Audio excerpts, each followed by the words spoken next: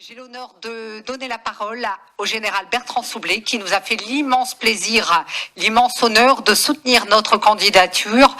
On peut l'applaudir.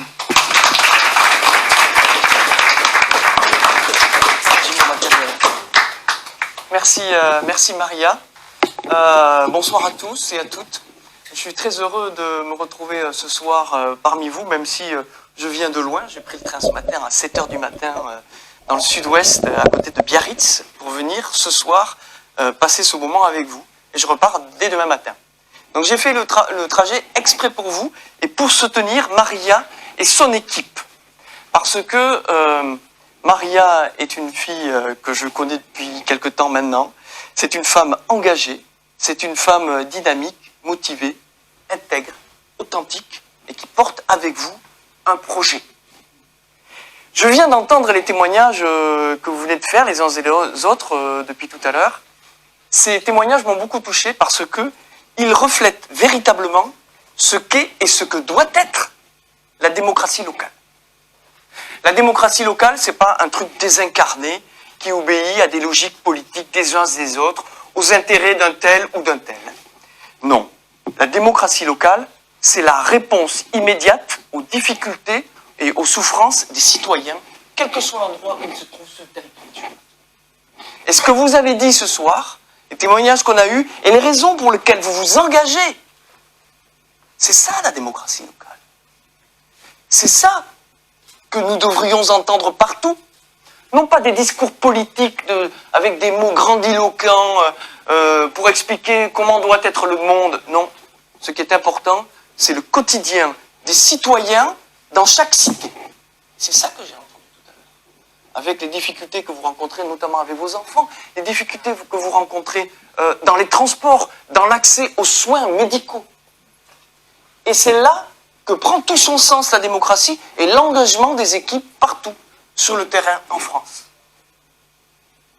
Ce ne sont pas des grandes théories.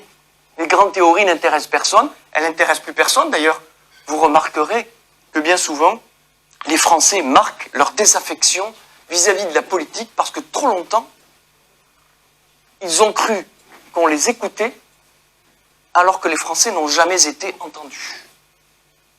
Et c'est ça la difficulté que nous rencontrons dans notre pays, cette espèce de rupture que nous avons entre les politiques, ce qu'on appelle les politiques, qui est un mot que je n'aime pas beaucoup, en tout cas les responsables publics et les Français.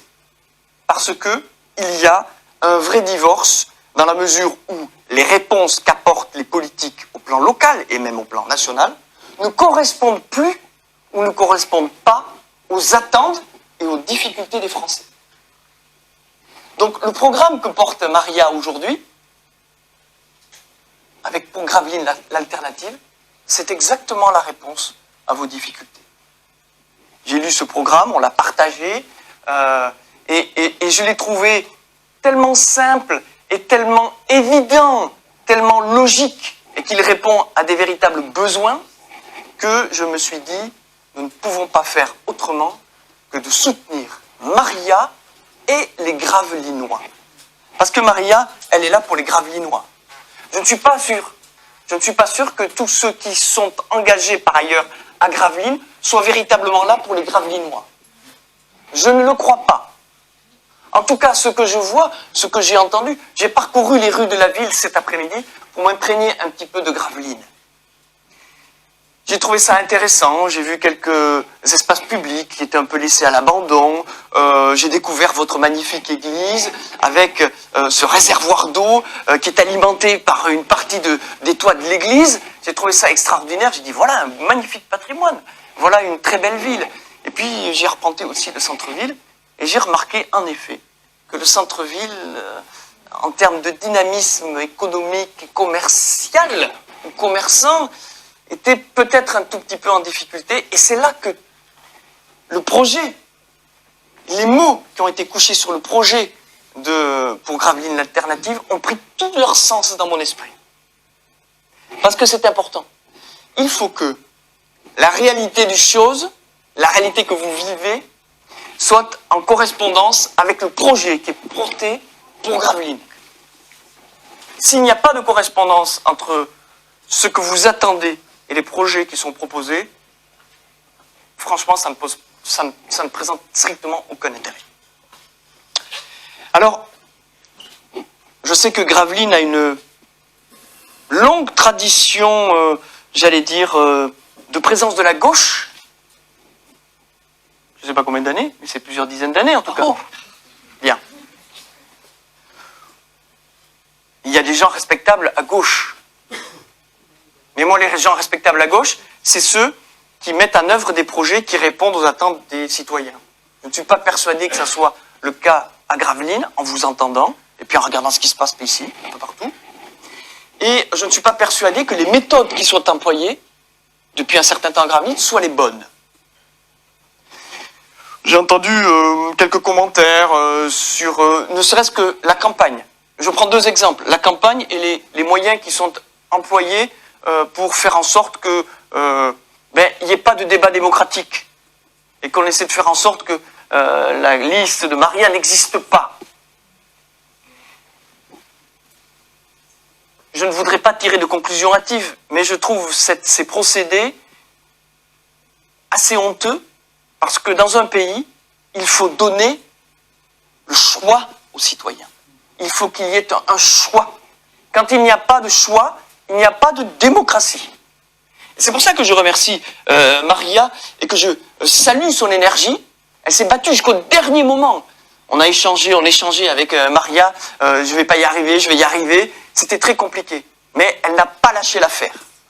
Et elle n'est pas du genre à lâcher l'affaire. Elle s'est entourée de personnes et de colistiers qui manifestement n'ont pas l'intention de lâcher l'affaire. Pas comme certains autres qui sont installés depuis longtemps et qui croient que probablement la vie municipale est un long fleuve tranquille et que la ville leur appartient.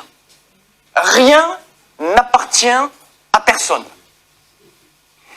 Et surtout pas à des hommes politiques. Gravelines appartient aux Gravelinois.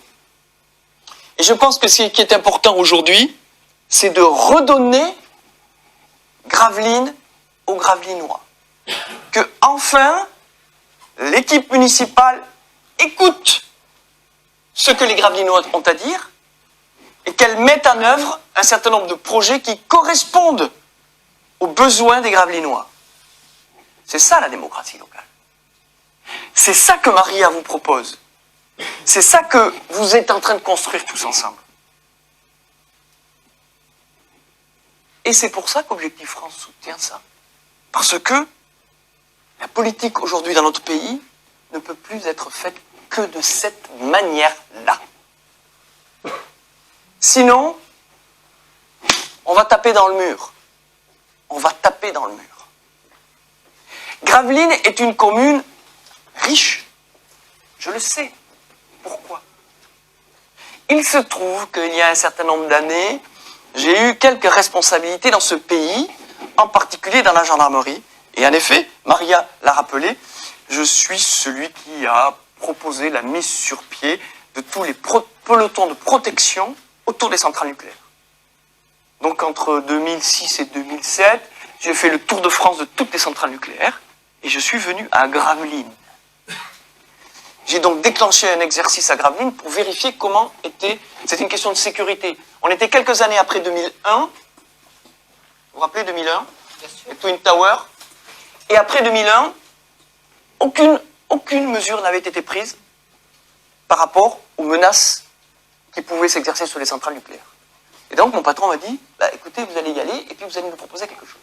Et donc on a mis en place, à partir de 2010, 2009-2010, ces pelotons. Donc je suis venu à Gravelines, j'ai grenouillé à Gravelines dans la centrale nucléaire et j'ai discuté avec les gens d'EDF. Et j'ai posé des questions, ici, comme dans les 19 autres centrales nucléaires, pour savoir quelles étaient, quelle était la participation financière d'EDF à la commune. C'est la raison pour laquelle je dis Gravelines est une commune riche pour une commune de 11 000 habitants. Et la question est de savoir quelle est la transparence que l'équipe municipale en place depuis très longtemps a fait vis-à-vis de cette manne financière. Est-ce qu'elle a été utilisée pour le bien, pour le bien-être et pour la qualité de vie des Gravelinois? Personnellement, je n'en suis pas sûr. Quand j'ai fait ce petit tour dans la ville et avec les discussions que j'ai eues avec les uns et les autres. Donc pour moi, le renouveau de Gravelines, l'intégrité, le sérieux, la transparence, l'authenticité, c'est avec Maria Alvarez et la liste, pour Gravelines, l'alternative.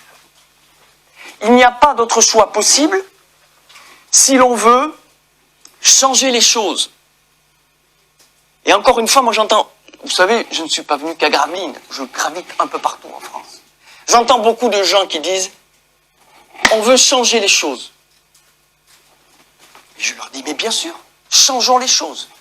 Mais n'attendez pas que les choses se changent, ou qu'elles évoluent, ou qu'elles se modifient, tout simplement parce qu'on l'a demandé. Il faut mouiller sa chemise. Il faut y aller, il faut être dynamique, il faut s'engager. Ceux qui ne s'engagent pas et qui souhaitent que les choses changent sont de doux rêveurs. Or, la liste pour Gravelines, l'alternative, n'est pas une liste de doux rêveurs. Nous l'avons entendu tout à l'heure avec les témoignages. Des gens qui ont des projets, qui ont une envie et qui ne lâcheront pas l'affaire. Eh bien les amis, je vous le dis, ne lâchez pas l'affaire. Et comme j'ai fait presque 900 km pour venir vous voir ce soir, et je ne regrette pas de l'avoir fait. Je suis très heureux de l'avoir fait. J'ai fait cette démarche d'aller vers vous. Il vous reste 3 jours pour vous aussi faire de l'évangélisation et aller convaincre les uns et les autres que c'est pour la liste de Maria Alvarez qu'il faut voter. Parce que ça ne tombera pas du ciel. C'est une certitude absolue. Je sais que c'est un peu contre nature, mais ça n'est pas grave. Il y a des moments dans la vie où quand on a décidé de faire changer les choses, il faut s'engager, y compris personnellement. C'est ce que je vous engage à faire, mais la plupart d'entre vous, vous l'avez déjà fait, mais il faut continuer, parce que moi-même qui ai vécu, je ne vais pas vous raconter ma vie, moi-même qui ai vécu une campagne des législatives en 2017, tout seul, sans parti, sans rien, avec des amis, et j'ai quand même fait 7%, je suis arrivé 3e derrière un ancien ministre et puis La République En Marche, donc c'est pas trop mal. Eh bien, je sais ce que c'est de mener une campagne, et je sais ce que c'est d'aller chercher les voix jusqu'au dernier moment. Si l'on veut gagner, eh bien, il n'y a qu'une seule issue, c'est d'avoir les dents serrées et d'y aller jusqu'au dernier moment. En tout cas, je suis très heureux d'avoir fait connaissance avec votre équipe dynamique qui a envie d'avancer, parce que je crois que Gravelines a besoin de vous. Je vous souhaite la plus grande réussite, et j'espère qu'on pourra fêter votre victoire dans quelques jours. Je vous remercie.